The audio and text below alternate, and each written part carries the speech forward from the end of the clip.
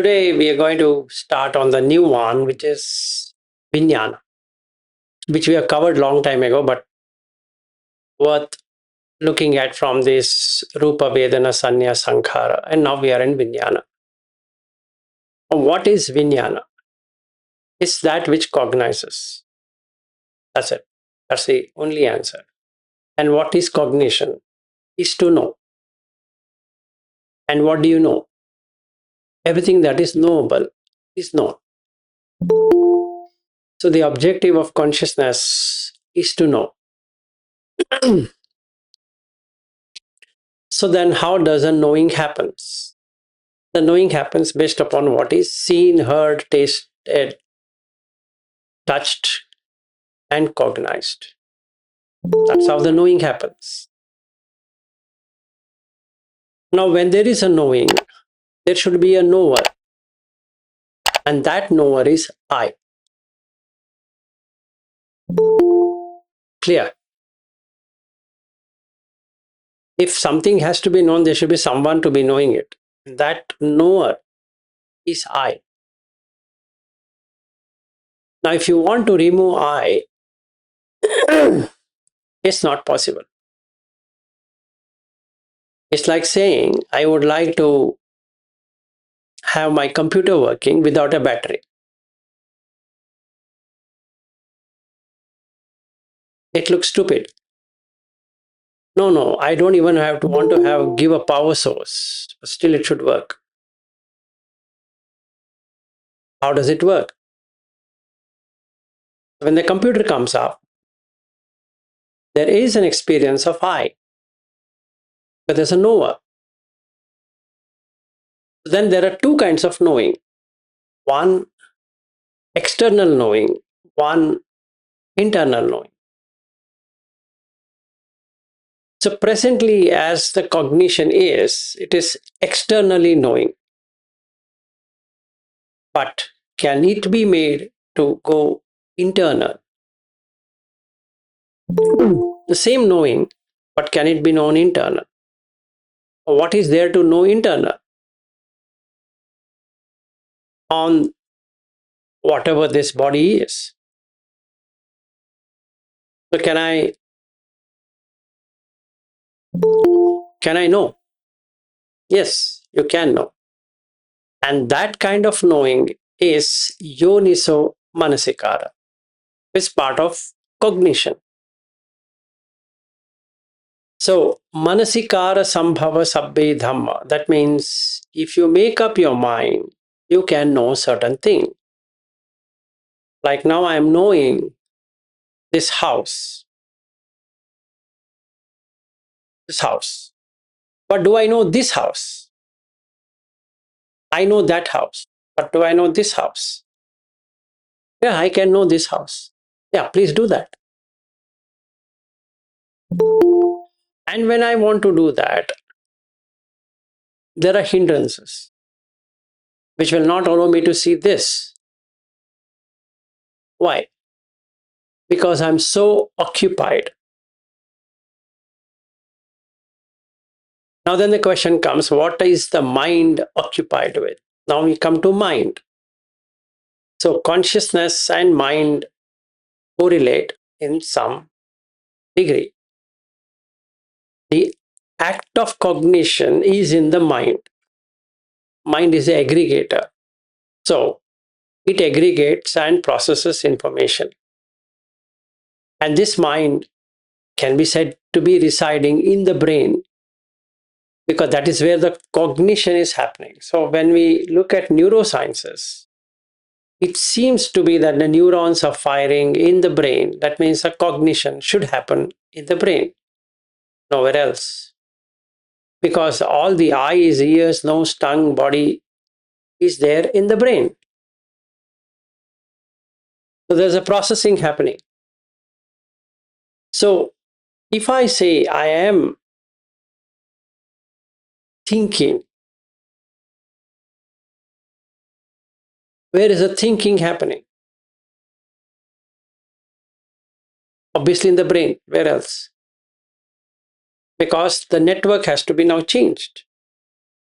Earlier, I'm accessing this network and now I'm accessing that network. So when I access this network, the cognition of this network is there. And when I access that network, and then the cognition of that network is going to come.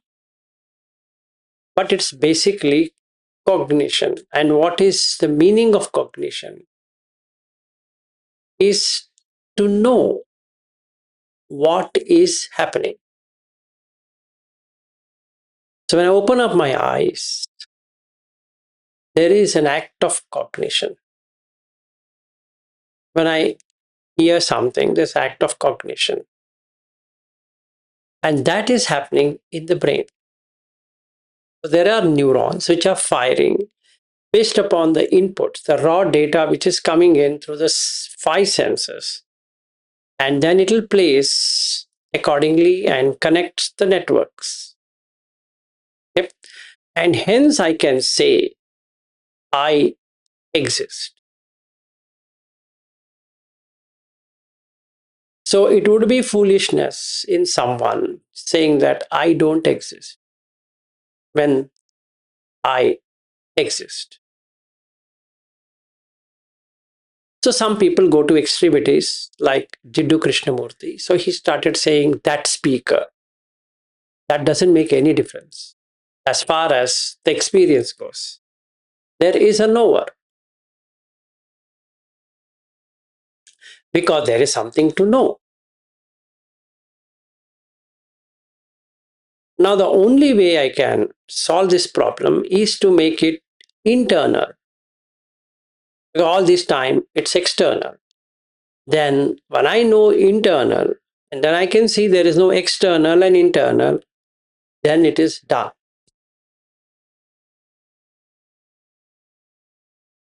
Any questions so far? It's a very deep topic. No questions? Good. Now, when I open my eyes, what do I cognize? I cognize the room. But room is a label. Yes, I cognize the label. That's right. How did the room come to be? It came to be by conceptualizing and people associating and saying the same thing in whichever language. So there's commonality that this is a room.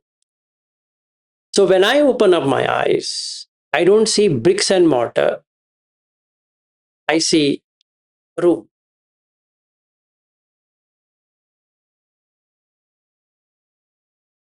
So am I sitting in this room? The answer is yes. I'm definitely sitting in the room. Can I say the body is sitting in the room? Yes, I can say the body is sitting in the room, but the experience says that I'm sitting in the room.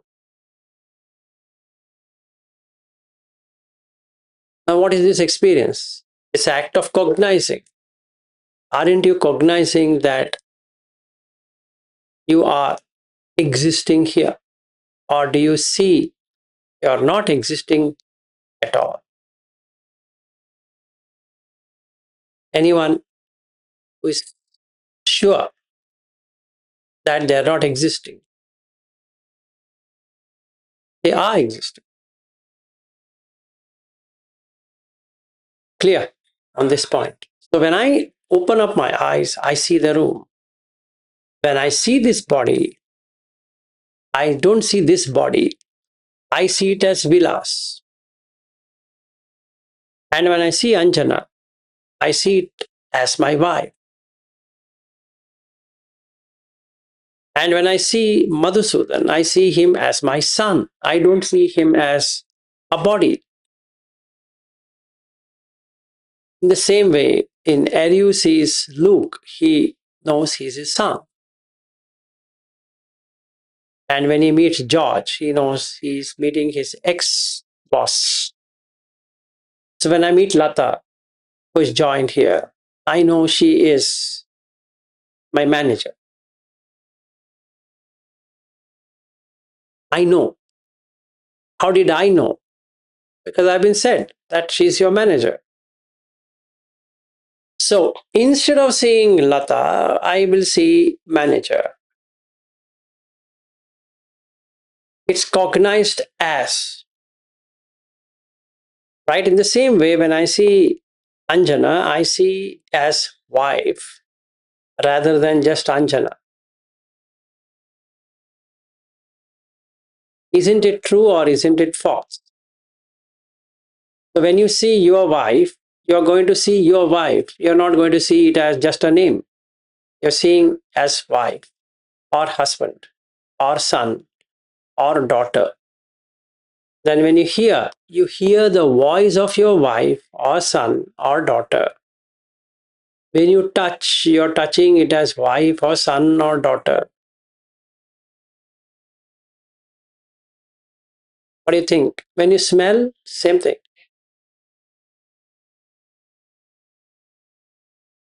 So now when you think, you're thinking about your family.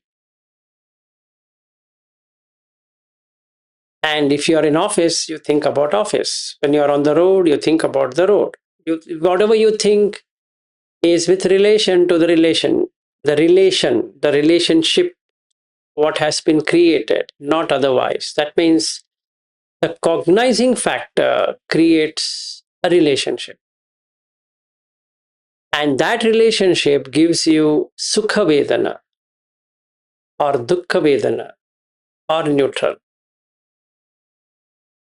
And that creates a perception of whatever you are experiencing. Now, in my perception, she is my wife, which is unchanging because every time I see the body, I cognize it as wife, which is fixed. Now, on that fixed object, only I can do something. The object is moving, I can't do anything. So, what we first do is to fix an object. Let me take a better example. No human relation for now. I'll take VRI, my favorite subject, Vipassana Research Institute. And it has another, a small explanation with a wheel, Dhamma Pafulla. Okay. Now I am seeing this board. This board is a cognition of VRI. Even though that board is not VRI. Is the board VRI? No. Is it Dhamma Pafulla? No. But am I not experiencing VRI? So when I come there, when my car passes on that gate, at that gate, and I would like to go inside, what happens? I experience entering into VRI as opposed to entering into a building. Now there is, on the left hand side, there is an office. Office is an office, but I see it as VRI office. Then the next building, or in that building, is registration for new students. Now I experience new student because I am a student, right? It's for me as a student. So from a householder with a wife and a kid, when I enter there, I experience student. Isn't it true? Okay. Then I enter inside. Registration for students. Now I have become a student. You just see this. I have become student. So what happened to a householder's designation? Gone. So what did that viññanā happen? The householder viññanā is gone. Instead, the student viññanā is now active. And hence Buddha says even viññanā is non-permanent. Because few minutes ago you were a householder and now you are in VRI. Bobby, few weeks ago, I think 8 to 10 days ago, he volunteered to go into VRI for painting, wall painting. So his new title in VRI is not only volunteer but a painter. And as far as Merin and Zeal goes, they were cooking. So they became cook.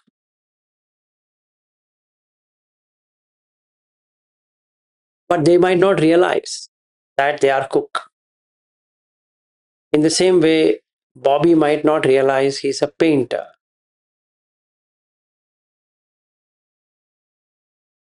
But he's taken the role of a painter. Now the consciousness has become bhava as painter. So if it becomes a bhikkhu, Bobby is now a bhikkhu. So the experience what he's getting is a bhikkhu. So it just cognizes whatever is given. What happens to the householder life? Gone. So the perception changes from a householder to a painter, or from a householder to a gardener, from a householder to a bhikkhu. So if I'm doing Burmese meditation technique, it does two things for me. One, it cognizes as Burmese, which has got nothing to do with Burmese. What is Burmese? I don't know. But I cognize because everybody says it is from Burma. Okay. So the Burma gets created. Now what happens? I would like to visit Burma. Why? Because I'm following Burmese tradition. So what do? I book a flight to Yangon because I become Burmese. So then what happens when I go to the monastery? I feel very happy. Isn't it conditioned happiness? It is.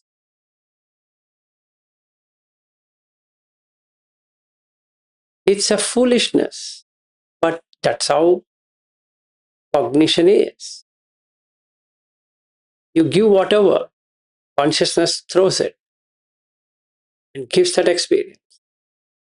So if there is Burma, there is experience of Burma. Coming back to this, now registration is a label, but I'm feeling I'm registered. Nobody can register me. Can anybody register me? No, but I feel I'm getting registered.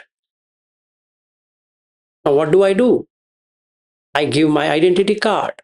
So he writes down and he gives me one number. The number is 47. Am I 47?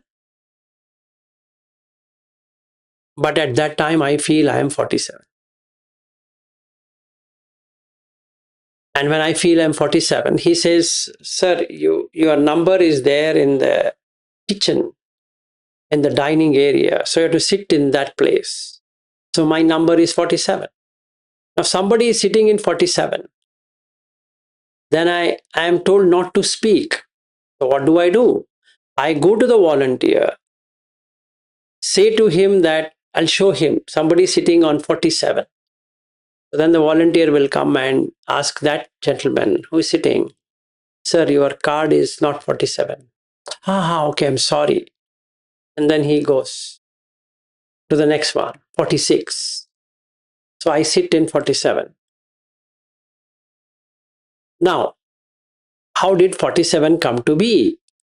Because it is given to me. So at that moment, if somebody is sitting on 47, am I not getting dukkha vedana? Yet I would get dukkha vedana because I am 47. In the same way, am I not getting dukkha vedana when I am said I am a husband? Or a sukha vedana when I am a husband? Yes, because I have taken this to be true.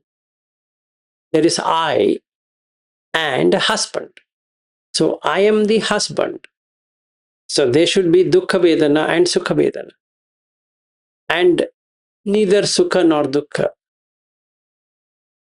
But can I change the perception of this dukkha vedana and sukha vedana by not categorizing myself as husband? Then there's no cognition.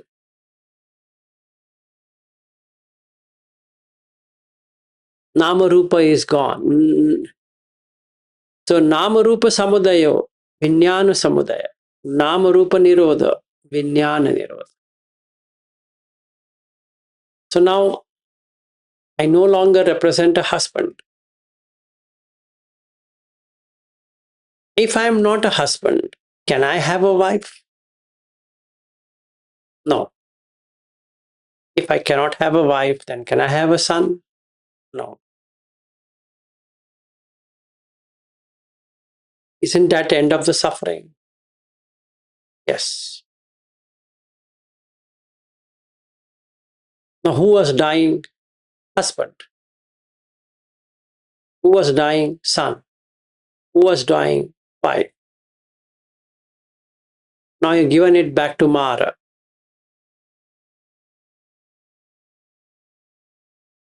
So, done.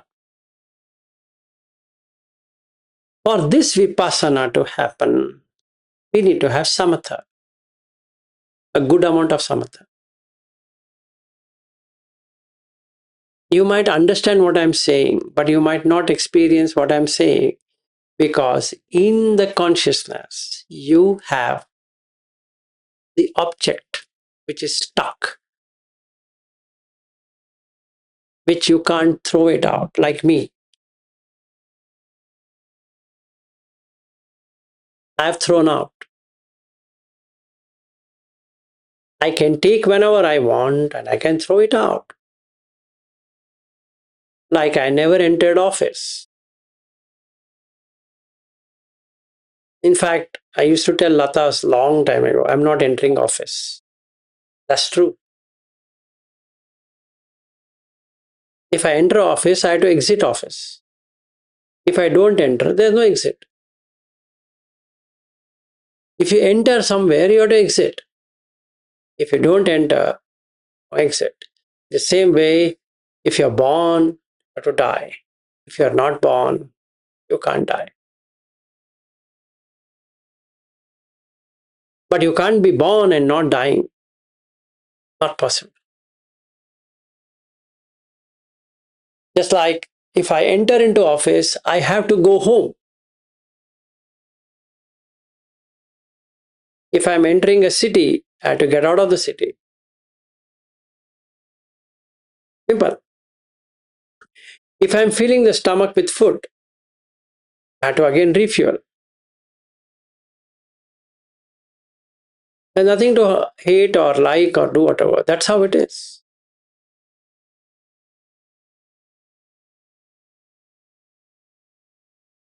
So, this is the first level of what we say as cognition. So, I'm cognizing myself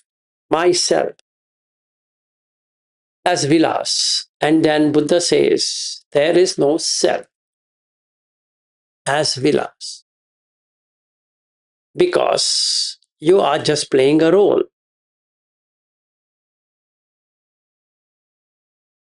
But the consciousness will give you that experience. So be it.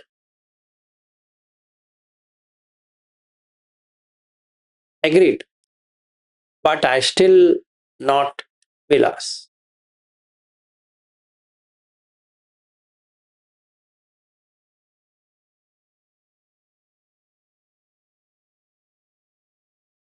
To take the status example, yesterday I was on leave, which I told you, right? But I was supposed to work. The meeting was for 1 hour, but we spent 2 hours. Who's going to compensate me? On a holiday, I worked 2 hours, but I am upset. But those people are not upset. Now, if I really see why am I upset and why they are not upset, is because for them it is a working day, for me it is a holiday. That's the reason I am suffering and they are not. So, where is the holiday? Consciousness. And where is the work day? Again in the consciousness. If I remove work day and holiday, will I ever suffer or be happy? Nothing. Like we were talking about Sunday and Monday and Tuesday, like that. You cut it off, there's no cognition. As long as there is no cognition, there is no experience.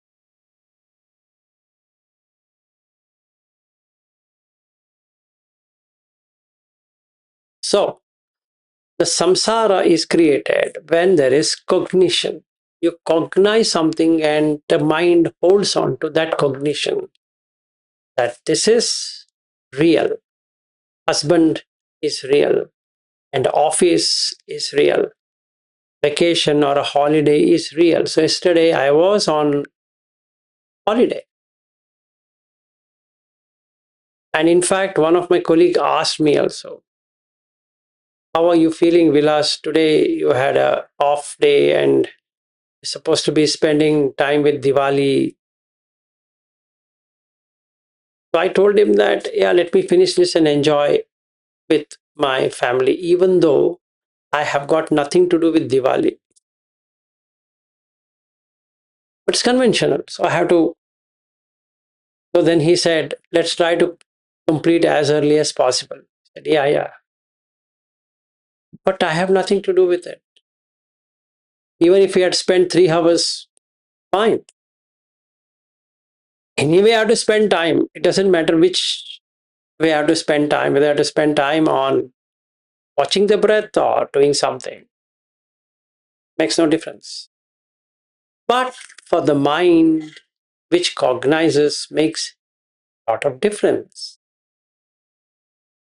A normal person would react saying that I am on holiday today. I will not do. So even if my manager would ask me, Vilas, please do, I'll say no. Thursday. Why? That's my work day. I'll do it on work day. Why should I do it on holiday? And today is a holiday, official holiday in India, not anywhere else. Those people are going to work, but I am not working. Yesterday I was personal leave. Today it is official off. Nobody is working. Now you see this. The consciousness holds on to this thing called as holiday. So if this is holiday, what is the meaning of holiday? Can anybody tell me what's the meaning of holiday? If you want, you can search on Google or ChatGPT or whatever.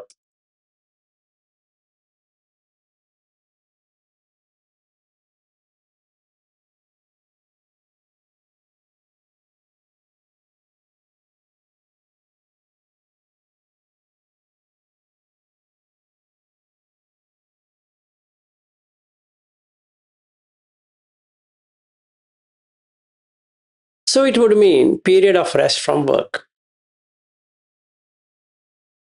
That's the meaning of holiday.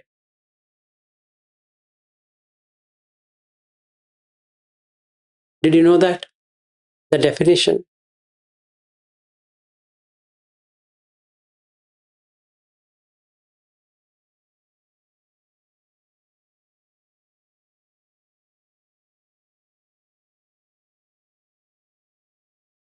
And now my question is, what is vacation? What do you think is vacation?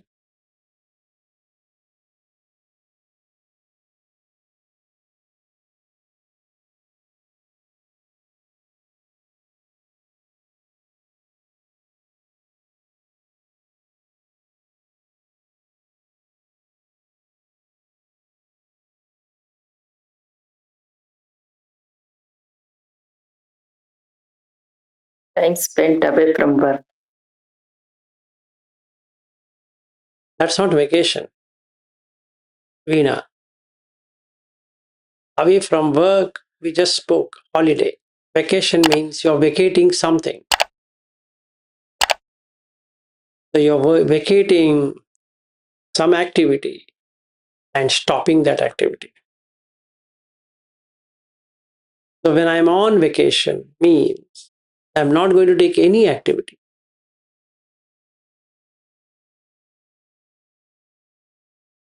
So that's the meaning. So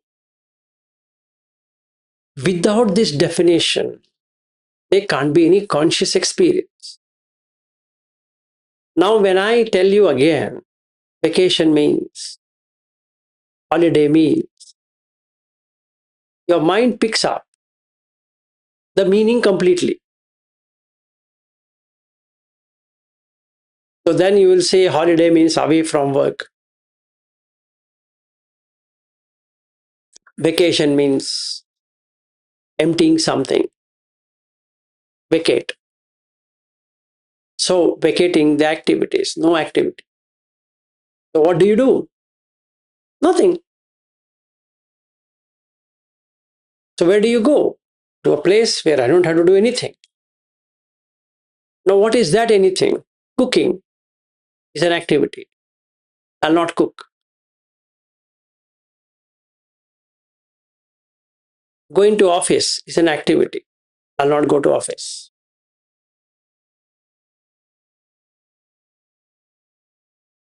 Then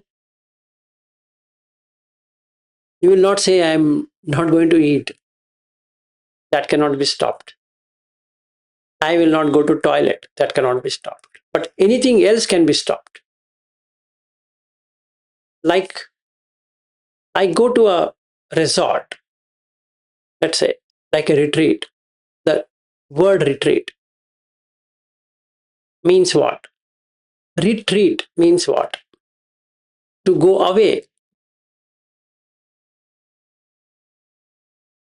I had a retreat means you're stepping back, you're going away. Right? That's the meaning of term retreat. So when I go to resort, resort means go to an empty place. When I book a resort, I'm resorting with myself. It's a self observation, basically. So I'll go and sit, and people will serve me with food, whatever. Right? Vipassana center is something like that. Somebody will serve you, you just sit. So you're taking a vacation, 10-day vacation, 20-day vacation, to vacate the mind of its content. So it's always outside the city because you're vacating physically and you're vacating mentally.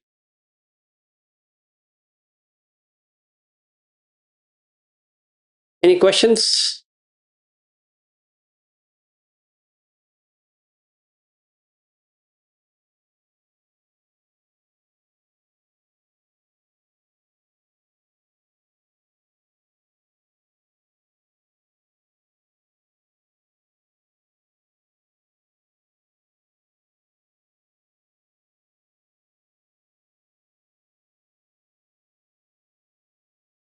Okay.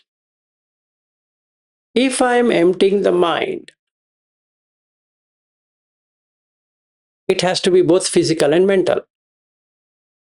So what do? I move from place A to go to place B. The cognition also does the same thing. It moves from place A to place B. So then you have an experience of a resort because it is written as what?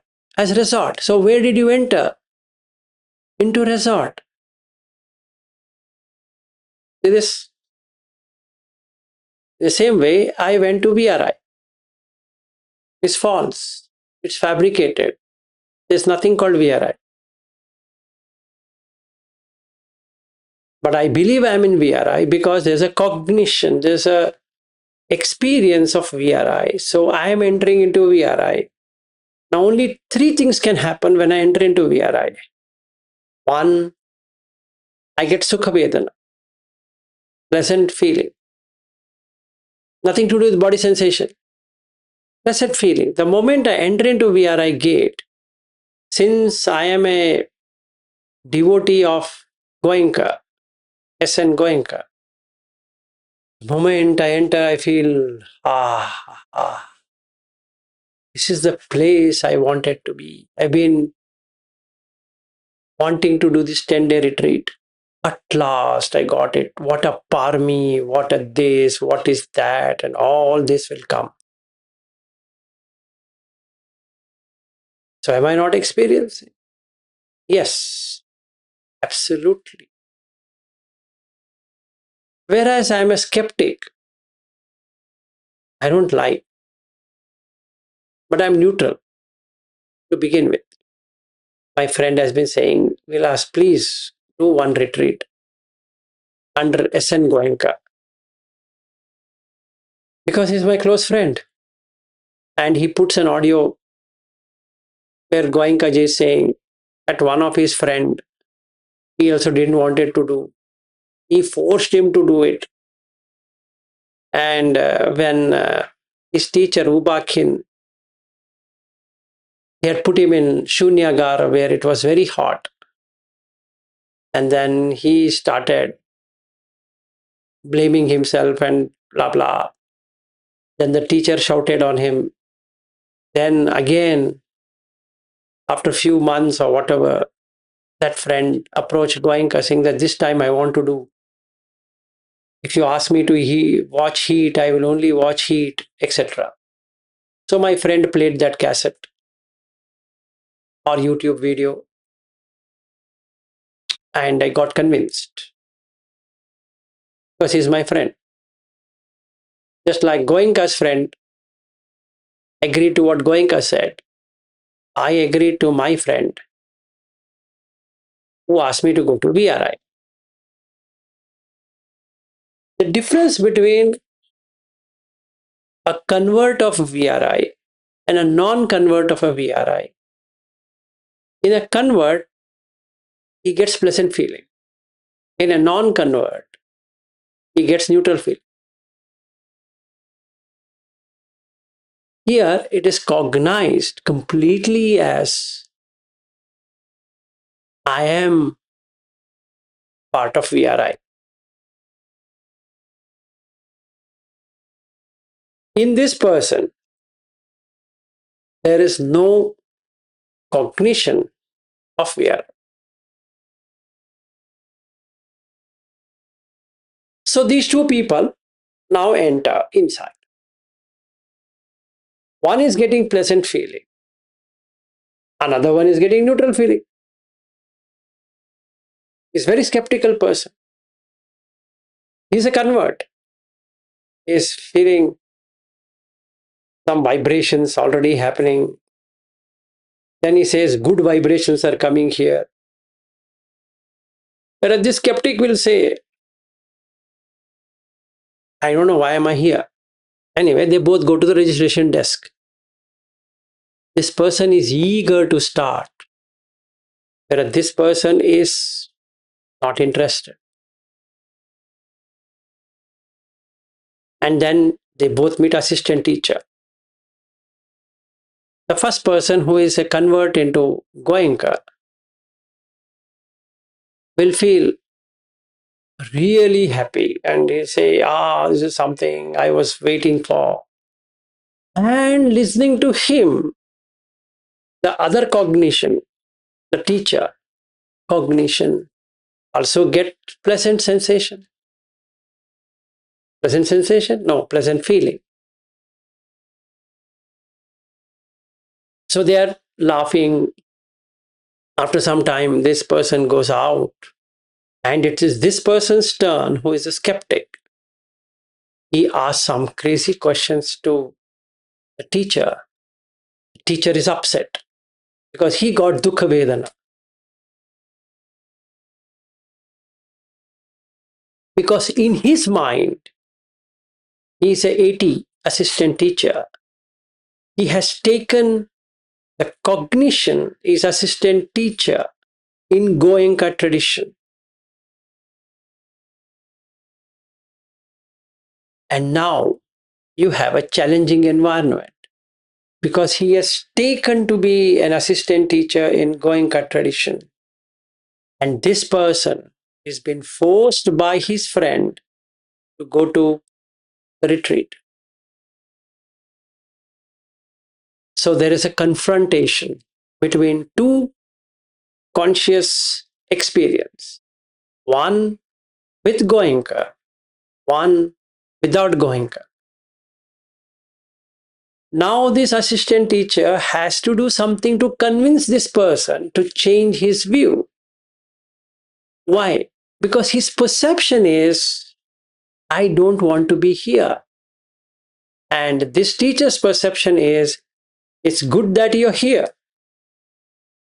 You're lucky.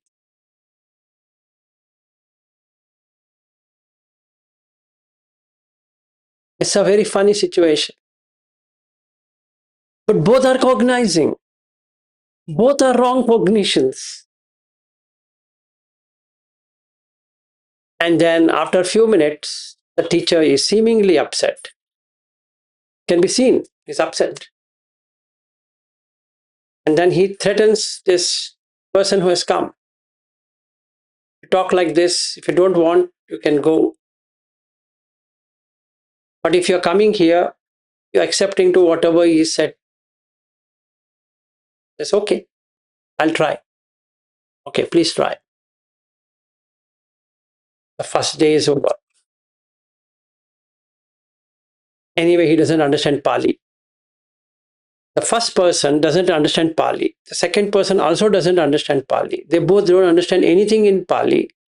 But still, the first person gets pleasant feeling. Why?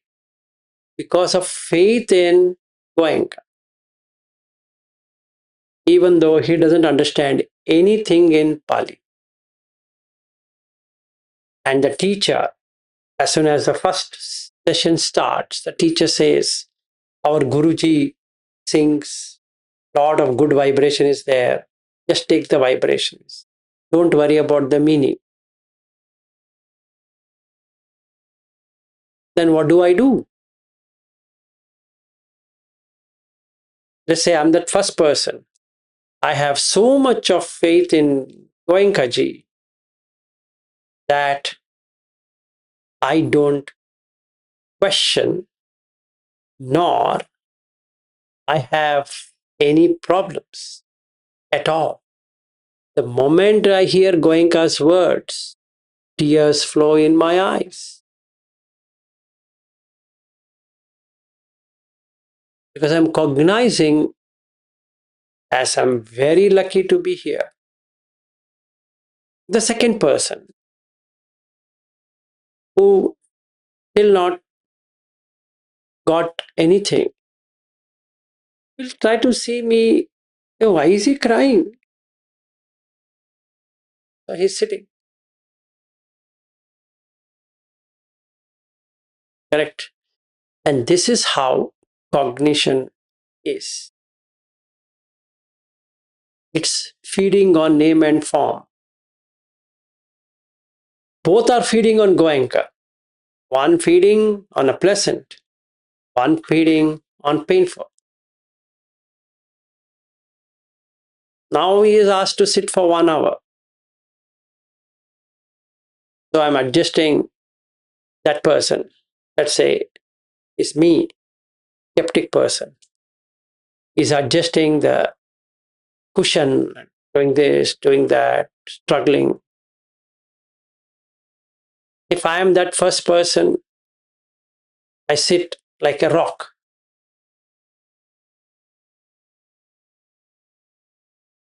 At the 57th minute, Goenka starts recitation. Tears start flowing in my eyes. As far as that person, me as that person, I'm feeling really pained in the body.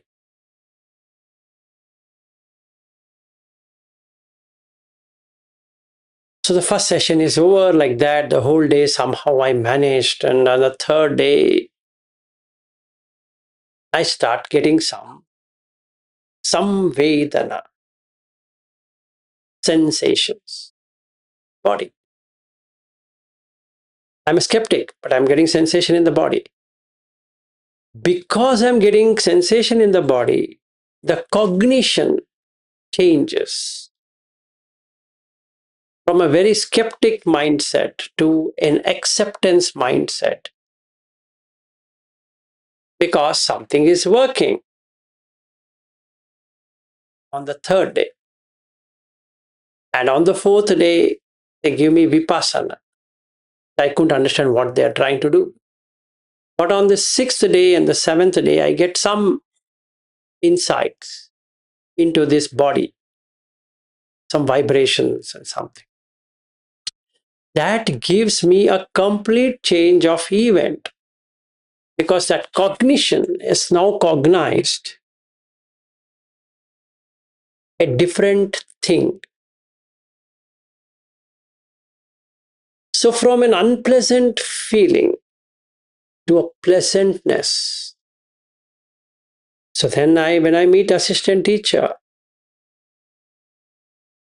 I express so much of happiness that thank you so much, sir. You had informed me that you will have a good experience. I indeed getting a good experience. And then the teacher said, didn't I tell you?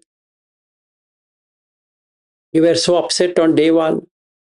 Then I say, sir, please forgive me for whatever I said about you and Goenkaji. Okay. So 10th day over, then Metta day. Now I come back. I'm a changed person. And my friend asked me, Vilas, how was it? I don't know how to thank you. I was so rude on day one, but now I'm totally transformed. Very nice. But if I really see what has happened, it's just change in cognition. So I signed for the next retreat, 10 days, after 3 months. In the chitta mind, there is a hope that I'm going to get more things. When the problem starts, the mind is restless. So nothing happens.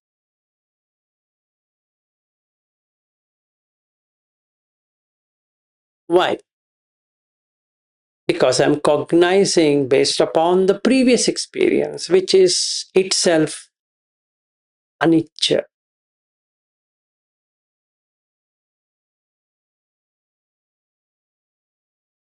Makes no sense.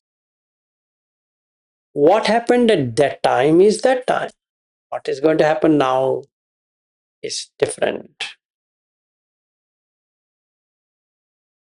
But the quest of getting that pleasurable sensation or body feeling is made me to do the next 10-day retreat. And when I hear from people that they got this, they got that, my mind yearns, I should also get it. Why am not getting? So the pain starts. Do manasa. Why? Because I'm taking the label. That's it. If I throw the label out, that's it. But I can't. I have now become obsessed with VRI because it worked for the first time. So I curse myself, which creates even more problem because I cognize whatever I think. So I should be there for cognition. Even if I say anatta, anatta, anatta, that doesn't make anatta because it's going to be there. There's no point in saying anitya, anitya, and all of that because it's going to be there. It's the problem of cognition, got nothing to do with anything because rupa is already created. What is the rupa here? VRI. There's a vedana, there's a sanya, the sankhara. Obviously, the viññanā is there. Which fellow asked me to create VRI? Which fellow? Yes, I can go to VRI, but who asked you to take it? Nobody asked you to take it.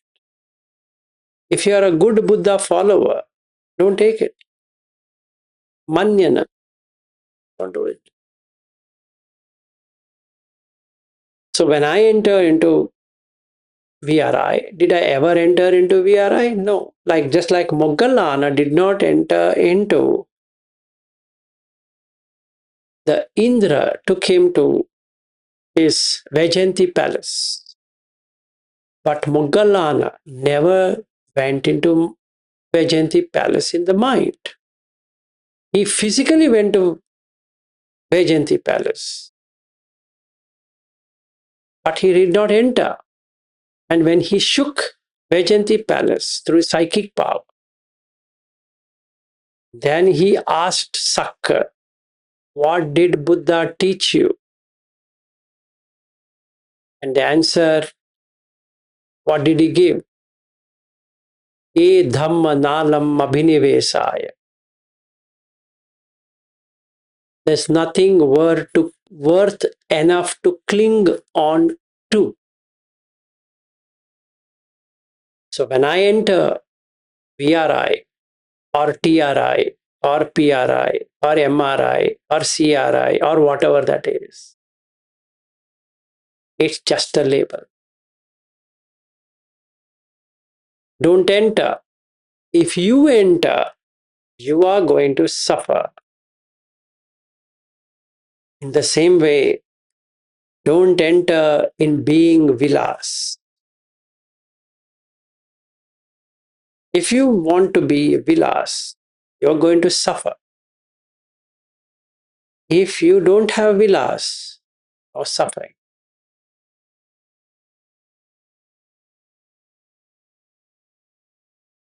So when I entered into VRI, parked my car, that Dhamma Pafulla Vipassana Research Institute cut. Registration desk cut. Dhamma hall cut. Room cut it. Dining hall cut it. Number 47, don't take it. You're not 47.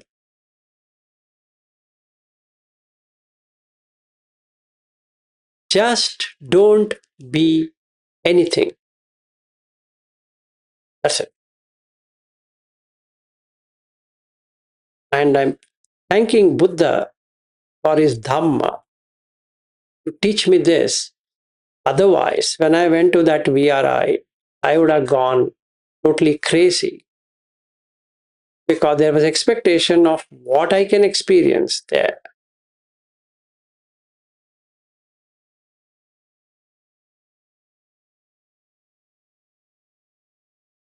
So did I do VRI Goenka technique? Answer is yes and no. Yes, in sense of what should be done. No, in sense of what should be thrown out.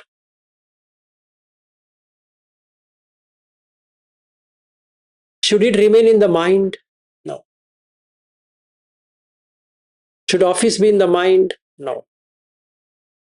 Should house be in the mind? No. Should family in the mind?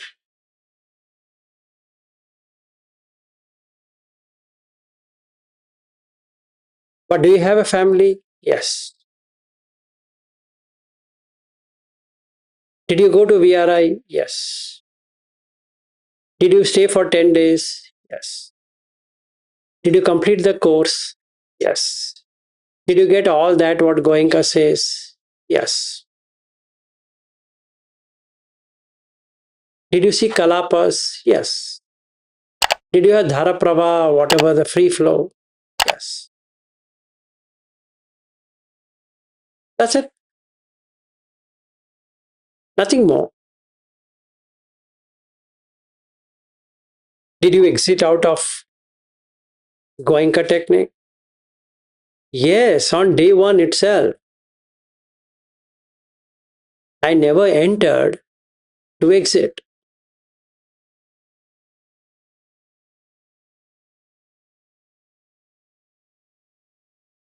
Did you enter San Francisco? Were you in San Francisco? Yes. They both are same. Entering into VRI is same. Entering into San Francisco is same. No difference.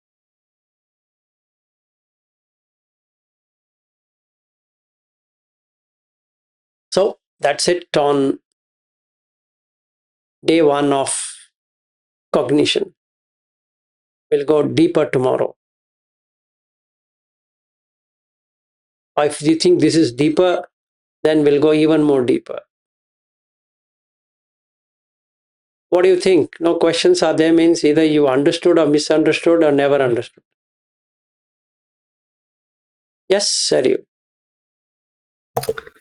Yeah, I think one thing I understood today, I think I didn't, was that now when I say this is X boss or X wife and all that, the perception did not change. It just put an extra time dimension on it. Yes. It just said I used to be in that place, so that did not remove the perception. Yes. I used to get a better perception, but it's the same. It's the just same. added dimension to it. Yes. So Los Altos is remained in your conscious experience. So whenever you are moving from Mountain View to Los Altos, you'll just check once. Automatically your eyes move there because it's there in cognition.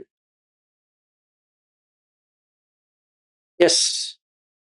And in my meditation, I found these places which I used to live so deep, as in perception, because the mind keeps on going to those places, which is signify these places, like this location in Shenzhen, this library in Los Altos. Just keep going there, because I guess this is like if it's a rebirth, then it'll take me there because it's always attracting me.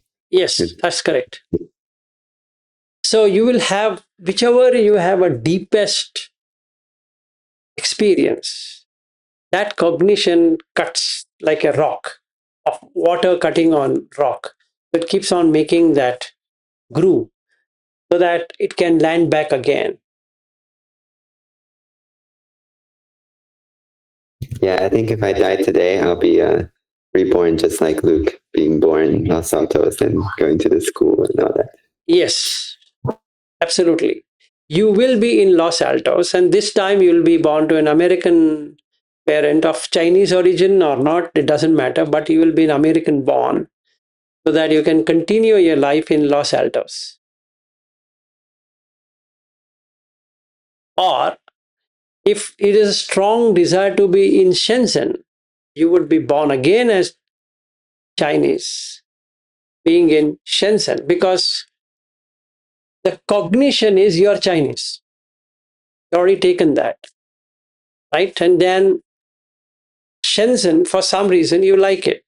So you get rebirth on that. So I've already made, that is a consciousness already made up, decided that I need to be this. So as soon as the body breaks up, just lands back in Shenzhen. Yes. And I guess in terms of this Aranya Gatova, you really need to exit these places in your meditation. Otherwise, you're Yes. trapped. Yes. So what I need to do, it's a good question, good thing, what you observed.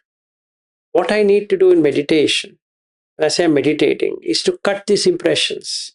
So I first go to a remote place, meaning I make an aranya, right? From the city, I move out. The mind is moved out. Make the manasikara, get out of these things so that it's clear those impressions like Shenzhen or California. Like in my case, if I love United States so much that it's yearning to be there, right? In this life, I'm supposed to get an American passport. At present, the situation doesn't get me there. So what happens? This yearning will create conditions for existence in America. So then I'm an American. So when I'm in America, I feel, I perceive, and I hold strongly that I'm an American. Right now, I still feel I'm an American with an Indian accent. Got the point? Presently, the mind is residing in America, but on an Indian accent, on an Indian state. Is it happy being here? But when I land back in America, let's say next year, I'm in America, I feel relieved of the pain of being in India. So for those number of days I'm going to spend my life in America, it's heaven.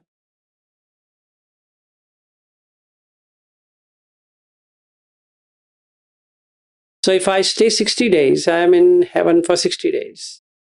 If I stay 40 days, I'm in heaven for 40 days. If I'm in 20 days, I'm in heaven for 20 days.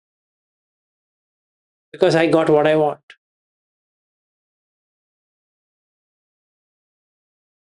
Now say I go to Seattle, I do what?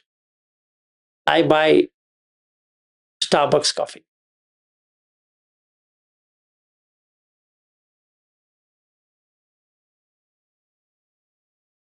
Right, that's what I'm going to do. Yes. I guess even this perception of I used to this, I used to do that, it's a very dangerous one. Yes, it is.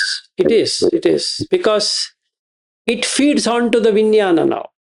See, I do what is cognized, what is cognized. It's just taken, right? So I'm taking that I used to do this, meaning I'm connecting 2 points, this point and this point. When I was doing this, means the consciousness now goes back to what I was doing then at real time, meaning at this time, it brings up that. So you die from here and you establish there. Right? At present, the mind is stationed. So what will the other person do? He'll say, hey, where are you lost? And I say, no, I was not lost. No, I could see you were lost. Then I say, yeah, you're right. I went to my time when I was in America. Let's talk about Starbucks. Okay. So will I not go to Starbucks now? I'm sitting here, but can I not go to Starbucks? Yes, I can. Right now, I can go to Starbucks. And that day, the first time I ever had Starbucks coffee, it was raining in Kirkland. Now here it is raining. Okay. So we went to Starbucks. My colleague was asking me what kind of coffee you would like to have. I didn't know in particular. There's so many things there. I just said I require a normal coffee with milk. And they gave me a big one. I didn't know what's a big one and small one and a medium one. They said normal one. So my colleague said, normal one. Sure, you want to drink the normal one. Okay. And it's this big. It was like 3 coffees into one. But it was nice. It was cold, winter season. And in Kirkland, it rains a lot. We went to Starbucks, just had a first taste of coffee. I went, sip the coffee. Felt, wow, what a coffee. It made me so attached that I bought the coffee powder. As though in Bangalore, we don't get coffee at all. I told my wife I got from Starbucks. So I was Americanized, right? So that means that impression is there. The strongest impression. And from 96 onwards, I'm feeling like I should be in America. So you just see this yearning desire. The consciousness, the cognition is, if you're not in America, you're missing something. So what do? I wait next 10 years to get the visa for America. And I couldn't believe myself that I'm in O'Hare International Airport, Chicago. It took me a few minutes after landing. Oh, I'm in O'Hare International Airport. And that scratched with a thick line. And then the consciousness can stand there, can establish there. Because that's what is cognized. So when I came out of O'Hare International Airport to the domestic terminal in Chicago to fly to Indianapolis, I was even more happy. Because I'm not only going to this place, I'm going into another place. So I took a United Airlines flight from Chicago to Indianapolis. I landed in Indianapolis. It's fine. It's just landing is fine. But I didn't know that they have booked a limousine for me. That was even more shocking. In the night, you get a limousine. Wow. A huge car. Never sat in such a vehicle. And then they had booked a 4-star luxury hotel in downtown. I went there. It was even more impressive. And one colleague came and picked me up from that hotel into this office. First time I was seeing an American office. So all of this is scratching on the consciousness, right? And they had bought another company in Seattle just last week of me joining, and they taking over 1 week. They said, Vilas, we need to go to Seattle. Wow, what a nice thing. Frontier Airlines, Indianapolis to Denver, Denver to Seattle. Nice feeling. And then in Seattle, a lot of days in Seattle. And coming back to Indianapolis, then to Florida. What a life. And I'm going across. It makes it even more interesting. So all of this is a cognizing experience. Right? It's giving me pleasure and pleasure and pleasure and pleasure and pleasure.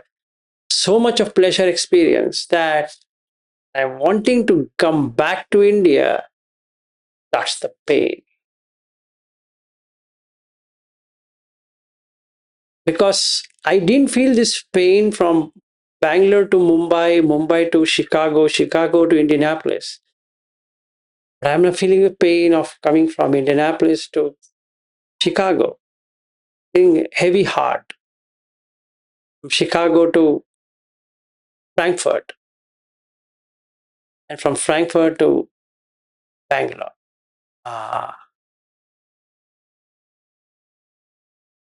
So sad. I had to wait for another 1 year for this fun. So somehow we push another 1 year. Now this time around, we're supposed to land in Seattle, go to Las Vegas. It's even more fun, right? Now the pleasure doubles. Before that, my boss calls me up saying that, Vilas, there is Indy car racing. I want you to be here. I didn't even know what is that car racing. I think you should plan during the car racing period. So how many days? 3 weeks? Okay. I book the flight. Oh, I get the flight. So in 2007, I fly twice to United States. Back to back. So it's very nice feeling. So I'm waiting. When is my next booking? Now, isn't that stuck in the consciousness? So now you see, Ariu, how much I have worked out to make sure it didn't appear in San Francisco.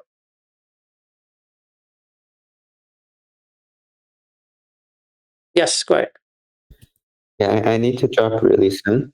But what I found out is that this Buddha said this Namarupa creates the shape and this descriptions and this name and then the purpose. So when removing it, you should go backward. First remove the purpose and then the name. No, it doesn't work that way. First you remove the symbol. But if it's something that's not so much engaged with you in terms You of are engaged. You are engaged. That's exactly the thing we are going to talk tomorrow. Okay. You are engaged. So with this preamble or introduction of how the conscious experience happens, let's go tomorrow to deal with it. Okay, so enjoy your day and night and whatever it is. Bye.